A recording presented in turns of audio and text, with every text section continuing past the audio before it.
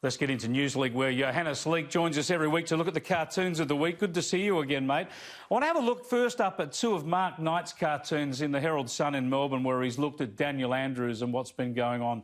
This one from this morning, after getting ravaged by the Melbourne press pack, he's got Daniel Andrews going into his daily COVID press briefing. It's like he's going into the Colosseum, which is a great image.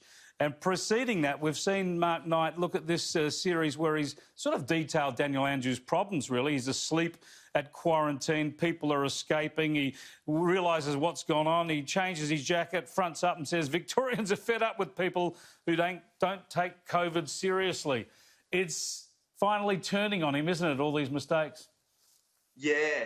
Look, I just think Mark's been on fire lately, and this one you've just brought up especially, that just details in a sequence of frames just beautifully that we can all signs point back to the failure of the quarantine program that Andrews set up there in Victoria, and to just sort of exchange the Premier himself for one of these security guards that was sort of allegedly sleeping on the job or sleeping with quarantined people on the job. He's just, and then cut to the final frame and there he is blaming everybody but himself. I just think he's summed it up brilliantly.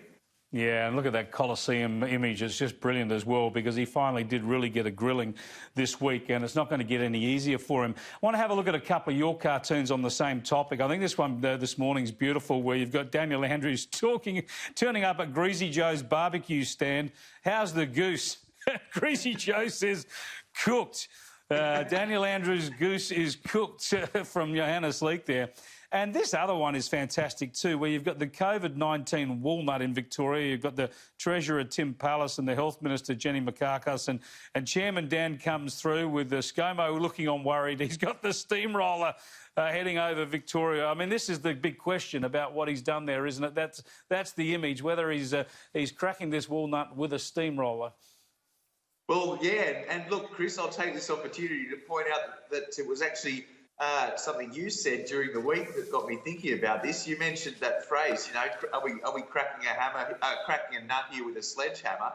And that was enough to get the cogs turning. And I thought that's a beautiful description. And they've thrown a couple of hammers at it, but not content with that, Dan's gone for the steamroller, and he's going to flatten Victoria in the process. So yeah, I just thought the way this keeps escalating and the ramifications for Victoria to deal with something which, it's a worry, sure, but the approach is just so heavy-handed and catching so many Victorians just in the crosshairs, Well, I didn't realise the genesis of that. I'll take credit for that. Thank you very much, Johannes. Let's just finish up on Warren Brown's cartoon in the Daily Telegraph. This is a really bleak image, but he's used that image of the horrible explosion in Beirut, and he's basically said that's 2020 all over. Yeah, it's a pretty tough year.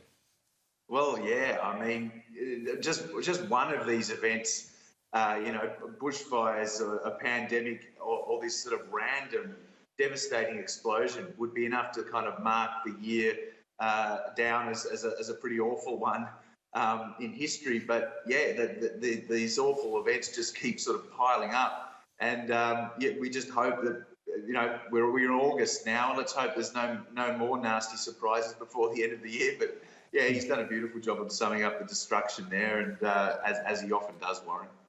Thanks for joining us again, Johannes. See you next week. Pleasure, mate. Cheers.